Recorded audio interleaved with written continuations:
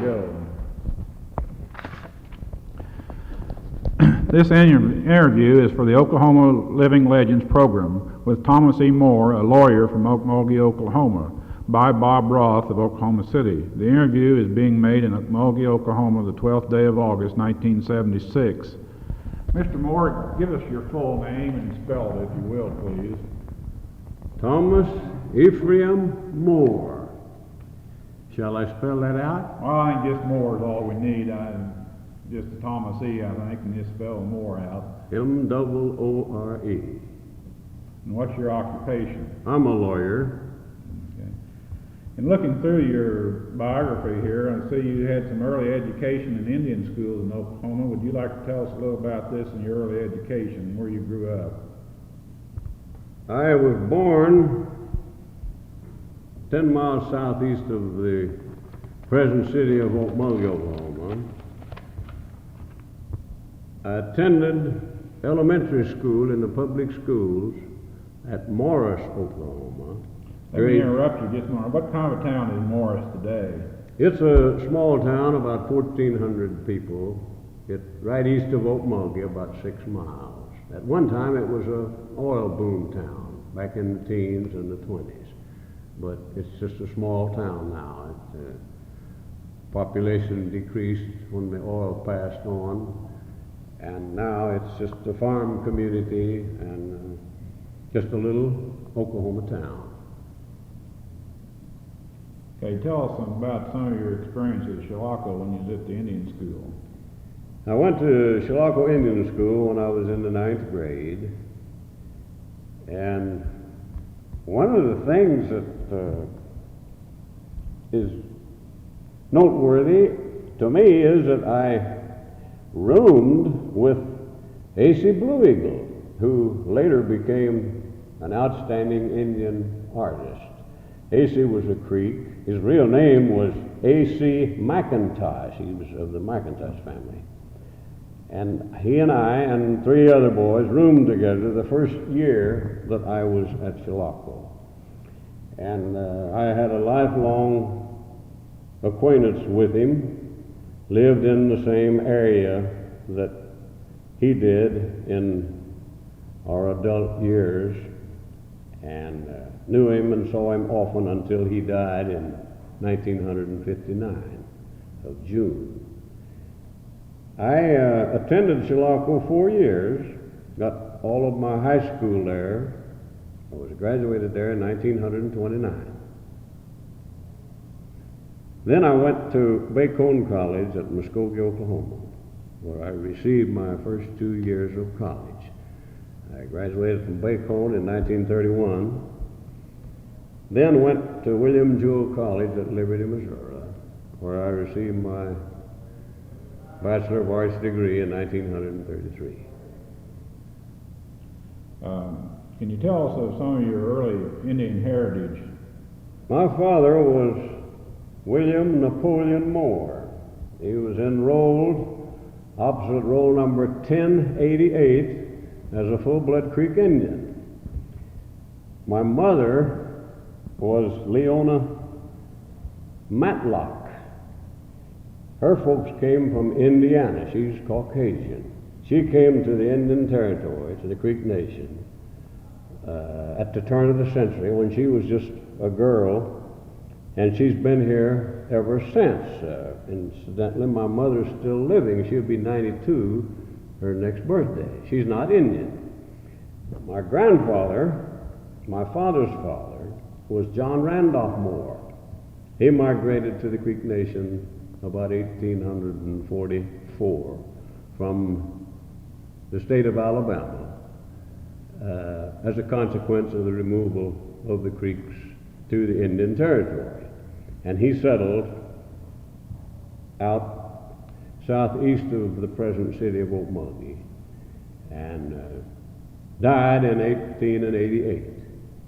He was at one time the Speaker of the House of Warriors for the Creek Nation, and he was the treasurer of the Creek Nation at the time of his death. Being of Indian heritage, did you have anything in your younger life that you remembered that would pertain to the Indians and your raising? Well, we were raised more or less like white children. Our family, incidentally, I'm one of a family of 11 boys with no sisters. That's quite a family.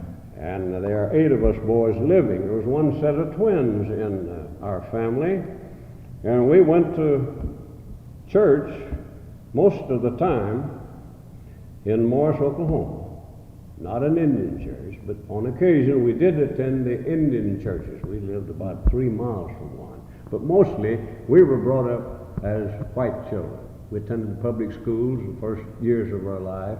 It was only when we were older that we were sent away to How did it India. come about that you attended Chilocco, which is some distance from Okmulgee and Morris? Well, I suppose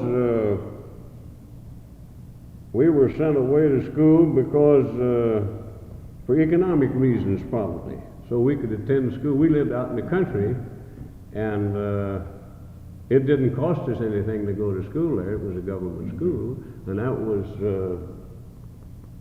one reason probably that why we were sent away to school, because we would attend regularly, we would have a place to stay, and we would be fed and clothed. Did all your brothers attend Chilocco too? No, my 2 older brothers attended Chilocco, and then I had 1, 2, 3 younger brothers attended Chilocco. And my youngest brother today, I don't think he ever went away to school. He went to Chilocco, but he just stayed a short while. And but the rest of us attended Chilocco and Uchee Mission, which used to be at Softkey.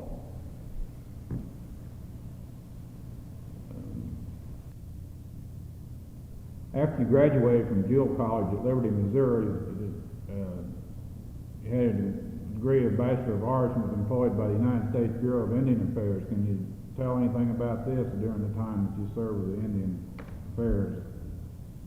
I got out of school in '33 during a time when jobs were hard to find, but I eventually was employed by the Bureau of Indian Affairs, the 5 Civilized Tribes Agency at Muskogee. I worked in the Okmulgee office, which was, you might say, a sub-agency, for 3.5 years. Then I was transferred to Wewoka and worked there for about 6 years, at which time I entered the Army during World War II, and I never returned to the Indian service after the war. After the war, is that when you attended your law school? I went back to school after the war. I attended the University of Oklahoma. I was graduated from the College of Law at the University of Oklahoma. Then I went into practice as an attorney. But that's been nearly 30 years ago. Yes. Can you tell us something about being a charter member of the InterTribal Council of the 5 Civilized Tribes? The InterTribal Council of the 5 Civilized Tribes was organized in 1950, I believe. It consisted of the heads of each of the what are known as the 5 Civilized Tribes: the Cherokees, the Chickasaws, the Choctaws, the Creeks, and the Seminoles. And each of the heads of those 5 tribes appointed 4, I believe it was, or maybe 5 other members to serve on that council. Now, I was appointed at the outset of the organization by Rothe E. Kennard, who was at that time the principal chief of the Creek Nation and who was quite prominent in Creek tribal affairs. He lived at Wetumpka, Oklahoma, but he's been dead since in the early 50s. And he appointed me to that council before I even knew that there was such a council. Mm-hmm.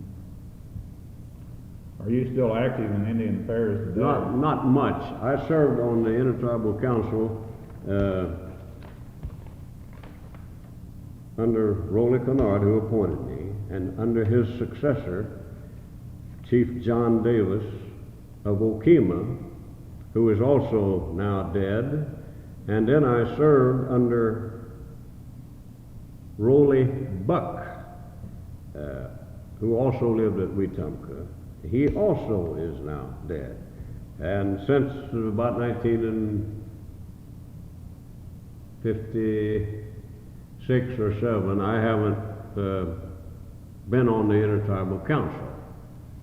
I've been on the Creek Council from time to time, and I served on the Creek Council while Dode McIntosh of Tulsa was chief of the Creeks from about 1960 until about 1970. But since that time, I haven't actually taken any active part in Creek tribal affairs. Going back a little ways, you stated you were born on the Half Moon Ranch. Can you recall anything about the ranch from growing up there? Oh yes, when I was a boy, of course, we rode horses all the time, and we were out in the country.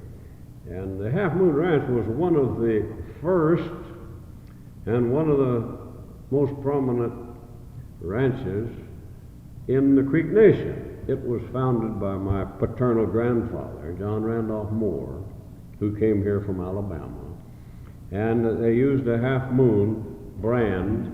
And in those days, before the lands were allotted, the Indians could just use any of the land they wanted to use. And they had quite a spread out south and east of Okmulgee.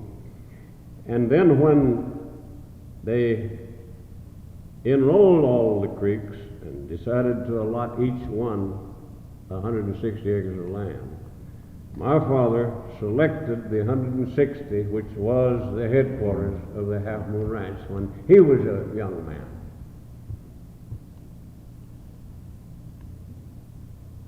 As a child, were there other children on the ranch besides your own family? Or? Well, our family, and then from time to time, my father would have tenants, farmers, who worked on the place and lived there sometimes. And you, still going back a little more, can you recall any of the experiences of Chilocco that you had that might be interesting? How the school was operated and what maybe the routine was during this time? Well, Chilocco, at the time I was in attendance there, was operated on a military plan. We marched to school, to classes. We marched to the dining hall to have our meals. And on Sundays, we wore uniforms, which were old United States Army uniforms. And we used to have a dress parade on the central campus every Sunday in the spring of the year. And that was quite an attraction to the people who lived in that area. They'd come out to Chilocco to see the dress parade on Sunday afternoon. We used to get up in the morning in the spring of the year before breakfast and drill, practice, close order military drill. And the boys who were old enough and big enough drilled with old Spanish-American war-type Army rifles that had been discarded, and they let the Indian schools, I suppose, use those rifles. And it was a good thing from the standpoint of discipline and training, I think, that military training that we got at Chilocco. We didn't like to get up early in the morning and drill in the latter part of February or in March when it was cold, but in looking back, I don't regret that I had to do it because it was good training, it was good discipline. Do you recall about how many students were at Chilocco at the time you were there? When I was there, we used to have around 1,000 students, boys and girls. But now they don't, just have 200 or 300 now. Mm-hmm. In the late 30s, you wrote an article for the Tulsa Daily World entitled "The Sour Softkey." Can you tell us something about this and possibly read some of your material? Sour Softkey was a Why don't you spell that for us, if you will, that Sour Softkey? Sour-Sofkee, or it can be spelled Sofkey, but I use the spelling Sofkee. Softkey is one of the most popular foods among the Old Creek Indians. It's very similar to hominy. The Creeks would take corn and pound it, beat it up into smaller chunks.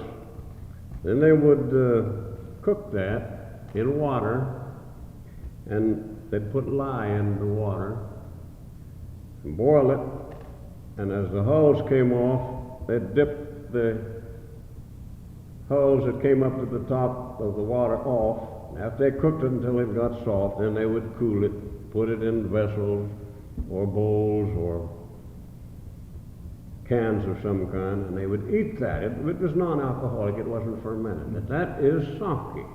And it was a very prominent, and I guess you'd say a stable food among the Creek Indians, and always was. And the old Indians liked it when it began to get sour. The older it got, the better it was. Yeah. But the young Indians don't like it that way. They like it when it's fresh. And that's what sour Softkey, that's what Softkey is. I use the word sour Softkey because sour Softkey means it's a good Softkey. The old Indians like it that way. This column or article that I wrote for the Tulsa Daily World was a Sunday feature. It appeared in the Sunday Tulsa World in the late 30s. I wrote it at the instance of the late N.G. Henthorne Sr., who was a long-time distinguished editor of the Tulsa World. And it was broken English, dialect, as to my mind, spoken by the real full-blood Indian who doesn't speak perfect English. It was mostly prose, but once in a while I would write a poem. And I wrote about current topics of public interest. I wrote about some of my experiences from time to time. And it was intended to be humorous as well as philosophical. Did you use your own name or a pen name? Oh, I wrote under the name Chinubby. Can you spell this for us? Chinnubie. It's a name just like Charlie or Chester in English. As far as I know, it has no meaning. Just an old Creek name. Do you have some of your material there you'd like to read for us? Yes, I'd be glad to read some of the material. If you'll permit me, I'll start off with a poem that appeared in the Tulsa Daily World on Sunday, January 2nd, 1938. The title of this poem is Fixico and the Soldier Bonus. And I wrote it back about the time that the World War I soldiers got their soldier bonus money in the hard times of the 30s when they really needed it. And of course, there were a lot of Indians who were in the war, and they too got their bonus money. And I wrote this little poem about an Indian who got his bonus money. You seen it, Willie Harjo, today? My wife and him was run away. He got that soldier bonus check and go way off and don't come back. They gone 2-3 days ago, and where they go to, I don't know. My children hungry all the time. Just all the time he fuss and cry. My girl, he don't know how to cook. The only thing he do is try. My little girl too small to cook. Can't even read the cooking book. Besides, ain't got one like used to be, and I can't read it either, me. My wife went off in Willie Harjo's car because he traveled fast and go way far. He don't like to go with me no more. I just drive a wagon and a horse that's sure poor. You see that patches on my pants? I can't wear that to green corn dance. But Willie, he got whole lots of things. He buy new clothes, gold watch, and diamond rings. He just big cigar smoke too, all time.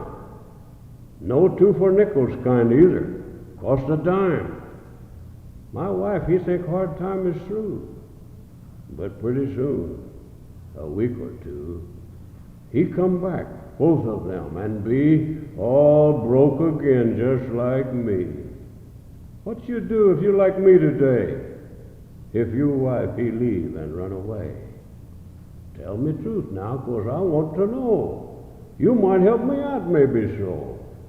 Maybe you can tell me what to do, 'cause your wife was gone one time too. I thought bonus money would be good. Would help you soldier boys a whole lot. But it don't do me any good. It take the only wife I got. But I ain't too much worry, me. That might turn out good luck to be. Me, I don't feel it too much sorrow. Maybe I get another wife tomorrow. That's fine. You have some more there you can read for us? I wrote one about Jackson Barnett, who used to live in Okmulgee County, incidentally. Can you tell us a little about Jackson Barnett, some of his background, who he was? He was a full-blooded Creek Indian, and if I'm not mistaken, he was born in Okmulgee County. And some people called him Crazy Jack. They said he wasn't all right. I never knew him. I was too young to know him. But he was an oil-rich Indian. They struck oil on his land back in the teens, and he became a millionaire. And he was taken to California by a white woman who married him, and they used to live in Los Angeles on Wilshire Boulevard, had a big mansion there, and he was living there at the time of his death. And those of you who know about the history of the wealthy Indians, there was several years of litigation over Jackson Barnett's money after he died. And the litigation was in the federal courts, and he had no children, but when he died, a lot of people claimed that they were relatives, and eventually the court decreed that the Indians were his heirs, and they got his money to the exclusion of the white people. Now that briefly is the story of Jackson Barnett and his money. So I wrote a poem about Jackson Barnett, and it appeared in the Tulsa Daily World on Sunday, July the 19th, 1938, in my little column, Sour Softkey. It's titled, Jackson Barnett, the Richest Indian. Jackson Barnett, he was died the other day. That's what city newspaper all the time say. He leave big money. How much, I don't know. Guess maybe $2-3 million, maybe so. Jackson Barnett had it all, was a whole lot. Was had so much he can't spend all he's got. His name, richest Indian for whole world, they say. He just $1,000 spend it every day. Old man Jackson kinfolks, he don't have it none. before he getting rich and having fun. Just poor and living by himself down there. 'Cause kinfolks, he ain't got it some nowhere. When old man living, seemed like nobody cared. But now, kinfolks a whole lot, he want his share.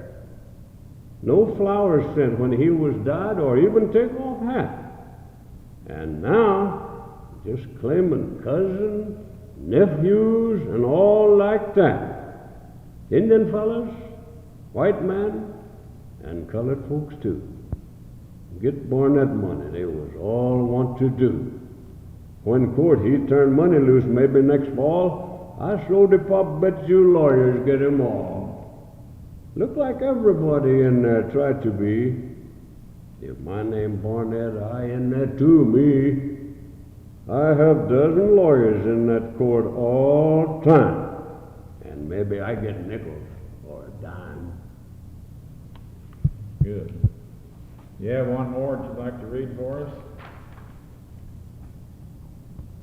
Yes, I have one here about the death of Will Rogers. This was a poem that appeared in the Tulsa Daily World on Sunday, December the 18th, 1938. I wrote it after 2 years after the death of Will Rogers. And this is one of my fictitious characters of fiction, I'll say, Wooly Fixico, who's telling about the death of Will Rogers. Wooly Fixico, he say, old man Will Roger, he was died the other day, killed in airplane falling down, long way from home, about 1,000 miles from town. Now we miss it a whole lot too, 'cause ain't got that funny joke like used to do. Old man Will was make big joke, just give it to you so much big laugh you choke. Happiest fella ever see, he make everybody happy, try to be. If you all time feel like mad, Will Roger make you face just laugh all over glad. He's Indian fella, Cherokee, belongs to tribe all time, just like you and me. He been had at Lotman land in Cherokee Hills, where everything just rock and sand. Will Roger, he was best kind. Another fella like him in whole world can't find. Good man, his young fella died. Bad one like me can't die if he tried. Maybe 100 years I'll live before I use up time some good man's give. Maybe then last song I sing, Wooly, he was said these things. Those are real masterpieces. You should be proud of them. I have one here I'll read about Okay. Red Phillips, Oklahoma's governor, when he was elected governor. Okay. It was in the Tulsa World in my column, Softkey, on Sunday, January the 29th, 1939. It's titled, Red Phillips, Oklahoma's new governor. I was other day been go to town to cigars get and loaf around. Old Mickle he over there, just loaf around too everywhere. He was said to me about a lot of things, cuss out cold weathers, want for spring. He mentioned it about politics. Old age pension want somebody fix. Pretty soon he gonna get, and how? 'Cause old time friend, he's governor now. Red Phillip, that's who Mickle was say when he was talking about old friend the other day. He been no Red Phillip fella since long time ago. How much long he know it, he don't know. I help Indians fella me, Mr. Phillips said. So, the Indians, he was vote for Red. Now he's governor fella too. So we see what he's gonna do. If good law he don't make it now, we send him back to farmer plow. Governor Red, he's good one gonna be. When make inaugurations preach, sound like to me, he say tax money was spent for nothing every time. And he's gonna run Oklahoma on a dime. Red Phillip, he will set some more. Nobody, he don't gonna pour. Every man job's gonna give. Good time, everybody gonna live. If this country we can't run better than has been, pretty soon, better back to Indians give again.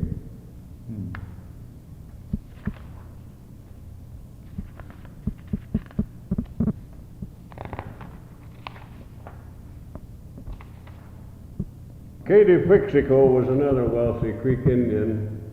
She had a fabulous home out southeast of Okmulgee. It's still there. It's operated now as a dinner club, the Southern Mansion they call it. I knew Katie personally. She died back about 1940, and about that time I wrote a little poem about Katie Fixico. It was printed in my column, Softkey, in the Tulsa Daily World on Sunday, August 11, 1940. It's titled, Katie Fixico is Dead. It goes like this. Bad news I get the other day, on road to town with Waxy Gray. Tabalichi on road was walk, when meet we pull wagon overside to talk. He stopped too on other side and say, Katie Fixico was died. Before newspaper tell all about, to Indians that news already out. At Casita Church all night they sing. Church bell, he just whole lot ring.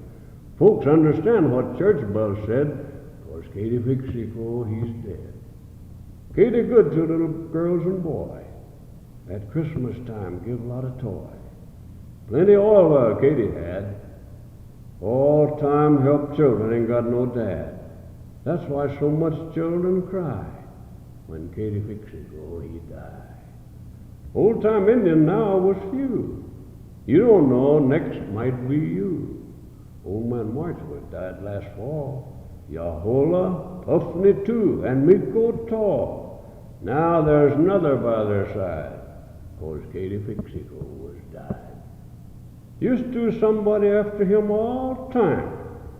Try to get his money every dime. Lawyers look for Katie every day, want to frame it up for a lot of pay. Now, grafters have to look somewhere else instead, 'cause Katie Fixico, he's dead.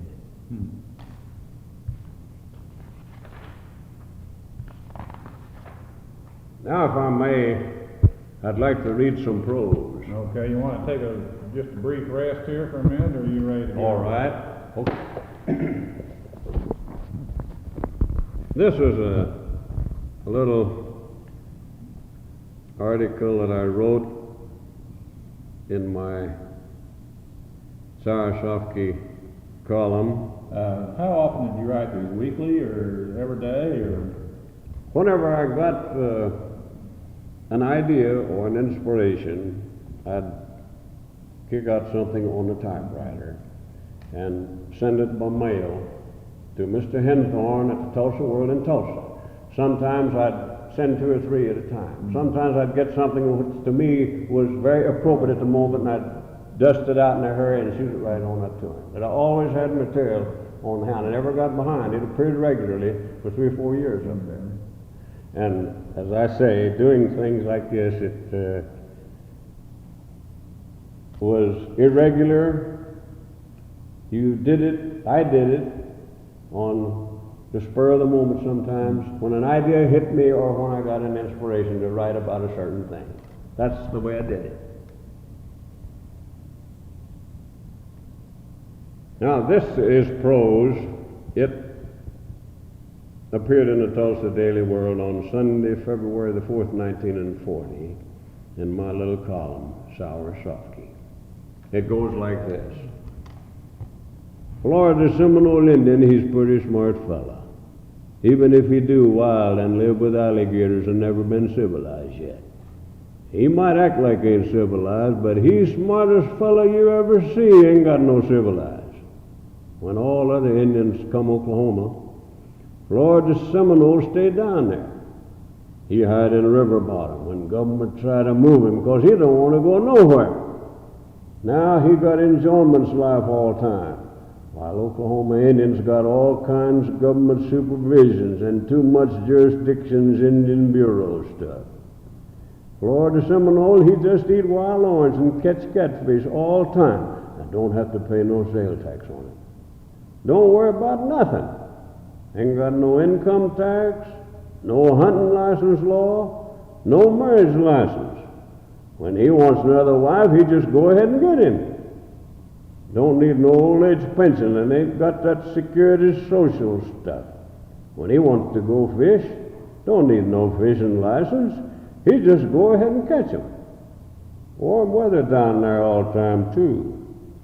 If government keep on make more tax all the time, and this 20th century civilized keep on, me and Willie Fixico gonna do what we say long time ago. Gonna holler to some old Indian down in Florida, move over, give me room, here come two civilized Indian, want to be wild again.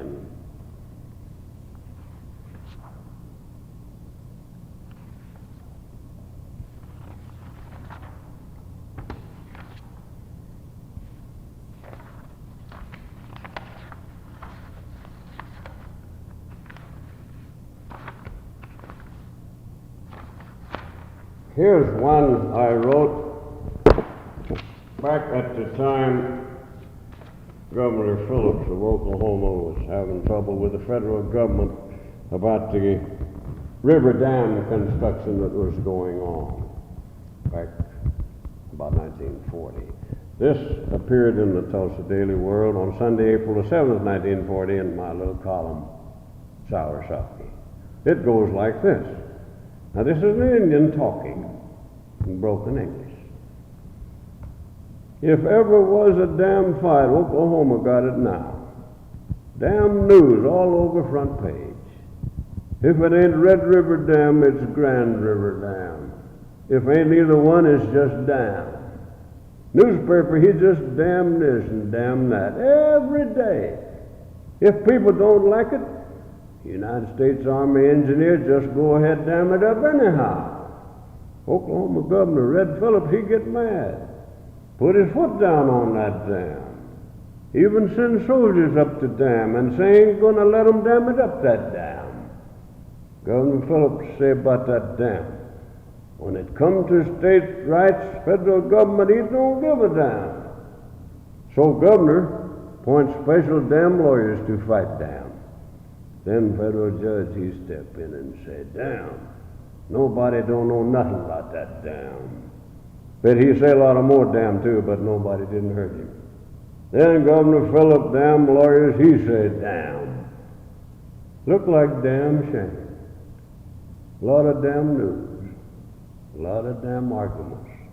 A lot of damn expensive. A lot of damn troubles. And when it's all over, there'll still be a dam. Big 100 years, long time generations dam.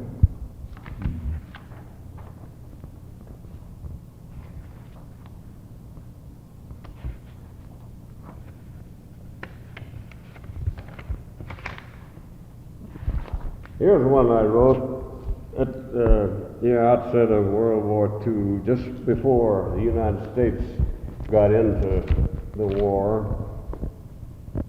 It has something to do with un-American activity and propaganda, fifth columns and such as that. It was in my column, Sour Softkey, in the Tulsa Daily World on Sunday, June the 16th, 1940. And this was an Indian talking about the way things looked to him at that time. He says, next thing the United States got to do is clean up own backyards. Too much un-America activity, foreign propaganda is here. Every time fella turn around, somebody holler, can't run me out. I got freedom speech, freedom politics, free religious. I got right to vote and all other constitutional. He ain't got no religious, ain't got nothing but submerged influence. All the time trying to undermine our government with rotten foreign elements. Ain't even citizen. Don't pay no single penny taxes. Never did pay them. Can't even talk English. Get mixed up worse than Willie Fixico. got foreign accents like tongue-tied Chinamen, yet he claimed citizenship, worked WPA, eat breadline handouts, then tried to destroy this United States government that's been feeding him, keep him from starving to death ever since he come over here from foreign country. Senators in Washington better get busy. If Constitution won't let us handle foreign elements, we better change Constitution. If senators don't careful, they all gonna be bald-headed. Won't be dandruff causes neither. Foreign elements gonna scalp hair on every senator if we don't severe clamp down. Foreign elements fifth column is big serious. Situation is bad. Fifth column fellas on every corner. If we don't hurry up, clean our backyards, ain't gonna have no backyards. Our backyards gonna be somebody else's front yards. Gonna be our graveyards, just because we too much tolerate un-America activity propagandas.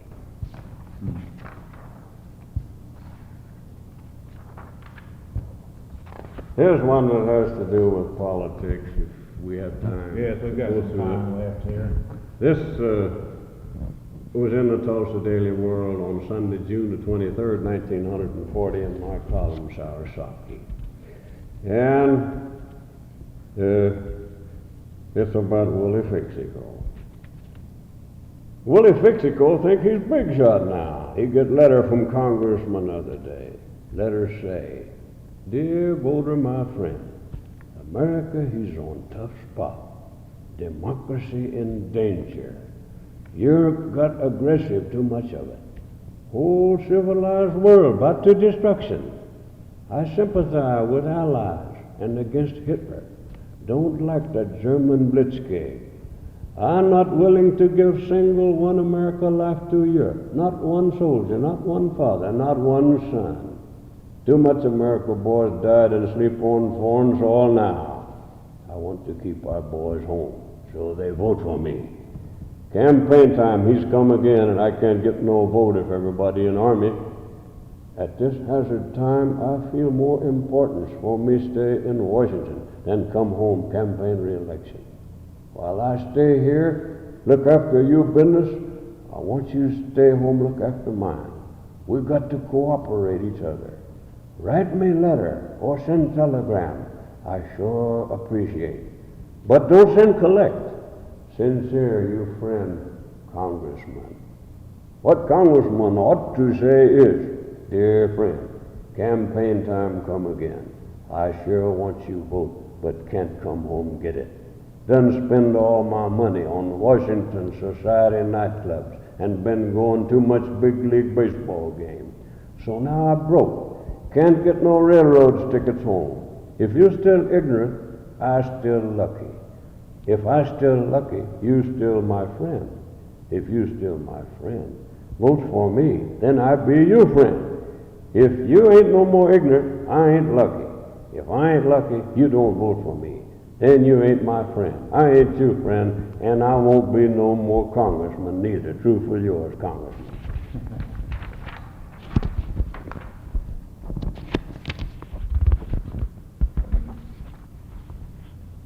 Got one more there?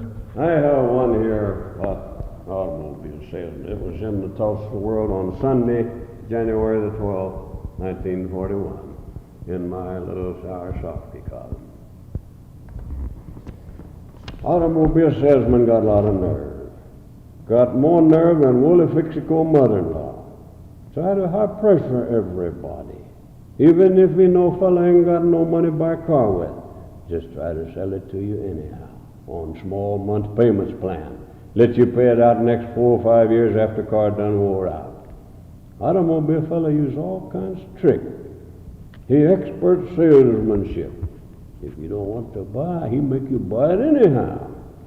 He take advantage emergency national defense situation now.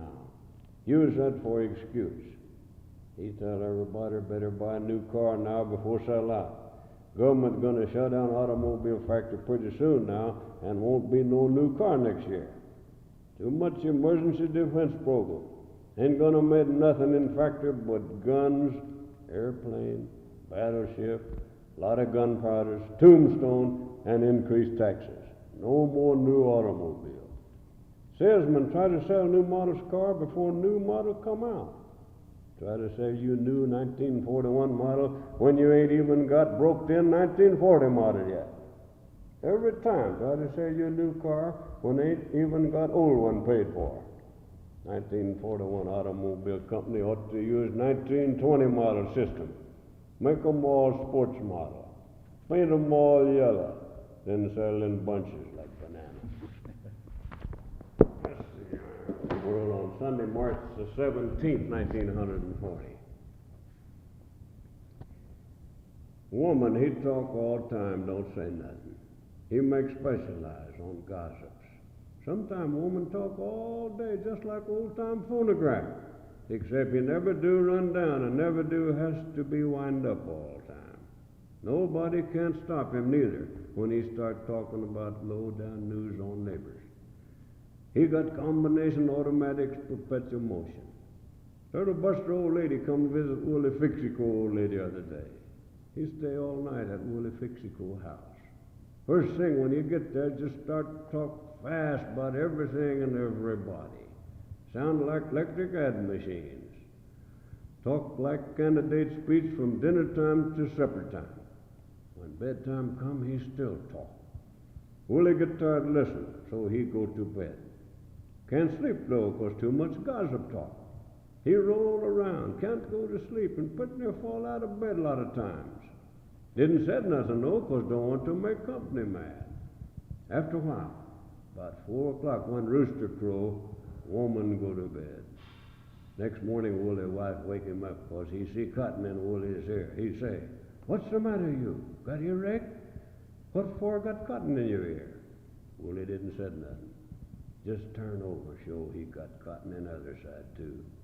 Then he say, "No, ain't got no earache. I just make a mistake and put it in the wrong place. Ought to put cotton in old lady Turtle Buster mouth, then maybe I get sleep a little bit." Thank you, Mr. Moore. I think this concludes our interview for today. We certainly appreciate it, and I'm sure this will be interesting to somebody in the future. And again, I want to thank you for being with us today.